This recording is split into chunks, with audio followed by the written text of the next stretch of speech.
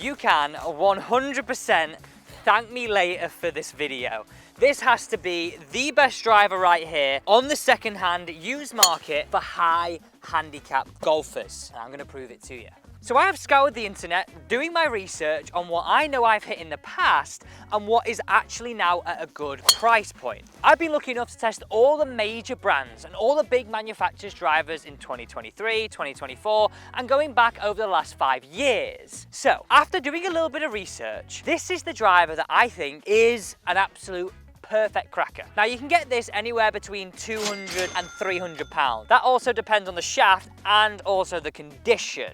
Okay, so obviously the better condition is going to be more than that 300 mark. The lesser condition is going to be more closer towards that 200 mark. But I would say this, the ones that I have found on the market, even the ones closer to the 200 pound mark, so $250, aren't in bad condition. We're looking at the Cleveland Launcher XL2. And I've tested this driver before, but now on the second-hand market, look what you can get. Look at it. So as soon as this driver arrived, there's a few areas I obviously went to check first. I first looked to see if there was any damage to the crown. Now this driver was 250 pounds, so right in the middle, and there's just a few little blemishes in here, but I'm like really, I guess, really looking at that a lot. On the sole, a few T-scuff marks, but nothing too much. And the main area I wanted to make sure is there's no sky marks across the face. Other culprit areas is this area right here where it could rub on your bag, and is the grip in good condition. And to be honest, even if it was in bad condition, you can just re-grip it. So why I think this is number 1 point, one of the best value drivers in the second-hand used market for high handicap golfers, number 1. You've got this huge head, but before we talk about that, you've actually got adjustability, anywhere from 9 degrees to 12 degrees. Look at this as potentially a driver that can last you a little bit longer. Whether lofting it up or lofting it down, you can adjust it quite a bit to suit you, from 9 to 12 degrees. So let's give this a bash. Now, down behind the golf ball, you'll show you this in a second, it looks like an absolute jumbo jet. It looks so big. It looks so big. Let's hit this one away and give you some numbers to start off with. Oh dear, the sound. I apologise to anybody that's near here. That was ripped, by the way, but that sound was dreadful. And for the first shot with it, look, a 110 clubhead speed, a 158.9 ball speed. Now that is not a number I was expecting. Oh wow, I wasn't expecting that. I was hitting good, but not that good. But interestingly, like, just to give you in terms of context why I'm happy with that ball speed, anything over 160, 162, 163, I'm like over the moon with. So to see it around 159, for the first shot, for me, I'm really happy with that. So let's talk about the first piece of technology. And I'm being honest right now, you can't even see like the first bit of this technology, but actually the weighting of this driver feels great. It has an 8-gram weight tucked at the end of the shaft. Now this sort of works as like a counterbalance for the club to give you control without extra effort. Essentially, it helps counterweight the club, feel lighter on the takeaway and more stable through impact. Have to show you this down behind the ball. So this is my point number 2. Look at the size of it. I told you it looked like a jumbo jet down behind the ball. But that's what we're seeing this year in 2024. Everyone's going for oversized heads or that placebo look. Now, what this allows Cleveland to do, I mean, look at it there. Let me know down below in the comments if you actually like the look of this head or you're looking at it going, wow, that is ugly as. I quite like it. It's that grey look. You don't really see that. Most of it's blacked out. Or it got carbon look. I like it. I really do. But essentially, a bigger head allows Cleveland to put the CG lower and further back, helping higher launch shots. And for most higher handicappers, they find it hard to get the ball in the air, so that's really going to help. But equally, like, I didn't hit that too high. Granted, I have lofted this down, which goes back to my first point as this could last you a while, to 9 degrees. I found on the 12-degree setting, it was just spinning far too much, and it just wasn't good for me. But again, that's why I see some pretty good value here. Okay, ball 2. Look at that shot. It sounds so bad, doesn't it? It sounds so bad. You need a set of ear defenders when you sell one of these. A 161.3 ball speed, a 114 clubhead speed. That can only mean one thing right here. I need to see this.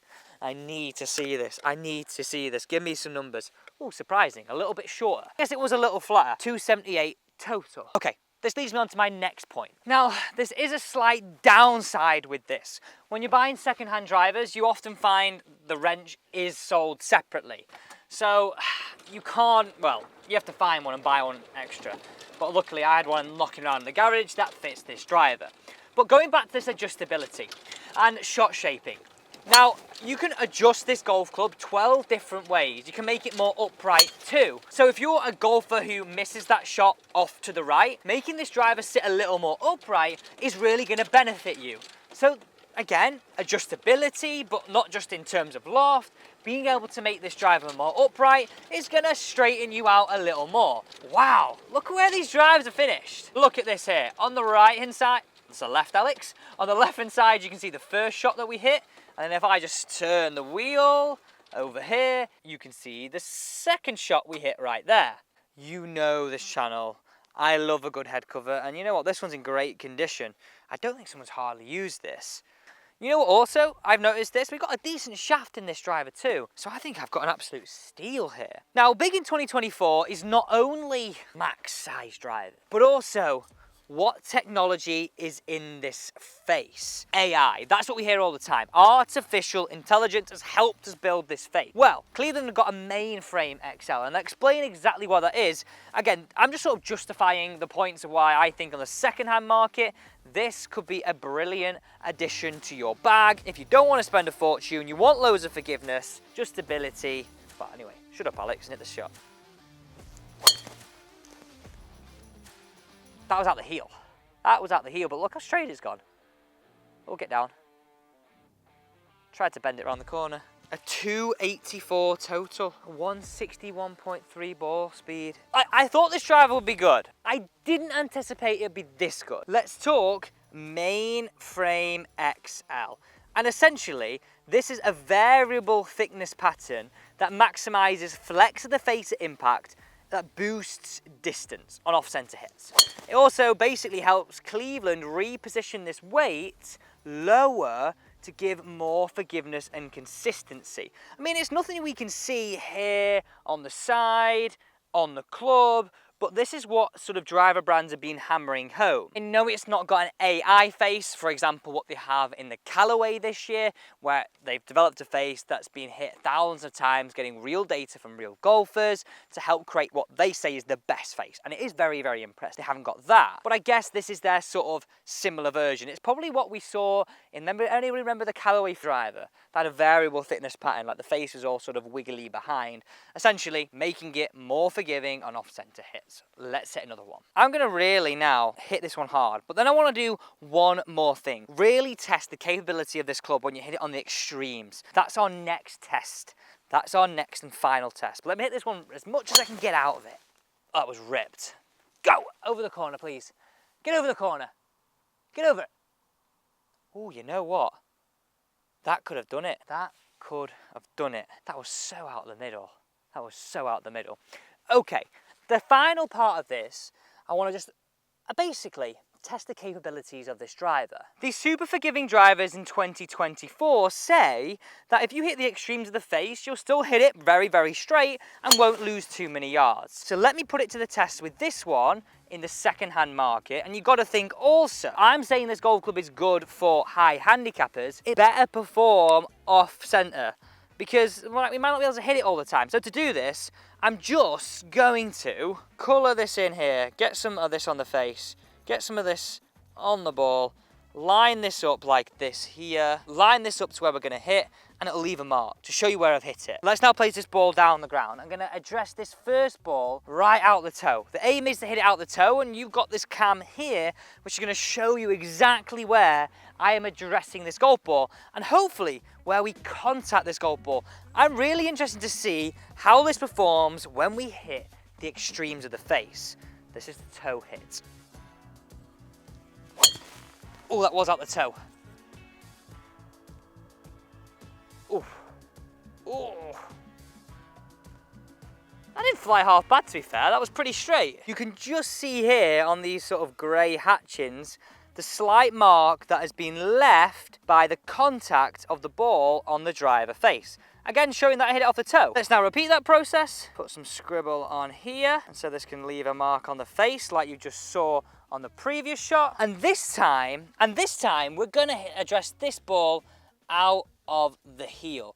And this will be mightily impressive if this gets anywhere near that. Like, I always think the toe of the club, it always travels the fastest because it's on the outer edge. It always got the most speed. Yes, it's not the most reliable area to find the ball and find the strike, but the heel really does usually sacrifice a lot of distance. So I'm insanely interested in this. I'm gonna address it so out the heel. Look where I'm addressing that.